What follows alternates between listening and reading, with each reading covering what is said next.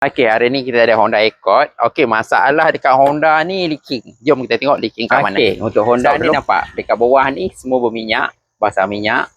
Okey, dekat sini pun berminyak. Ini antara enjin dengan gearbox, ini suspek VOC. Sebelum buat VOC, kita buat bahagian atas dulu. Settle atas, suci enjin, baru kita lihat dekat mana. Macam ini minyak memang dari bawah ke atas dah basah. Okey, kat belakang ni biasa suspek dia punya VTEC space. Untuk Honda Accord ni, pertama trisosil ni ni, okey, dia bocor kat belah sini, nampak atas gearbox basah. Boleh jadi yang minyak kat bawah tu, minyak dari atas ni turun ke bawah. Yang kedua, cover gasket kita dah ganti. Ni untuk VTEC space ataupun spoon filter. Okey, ni untuk bahagian belakang, normal bagi Honda.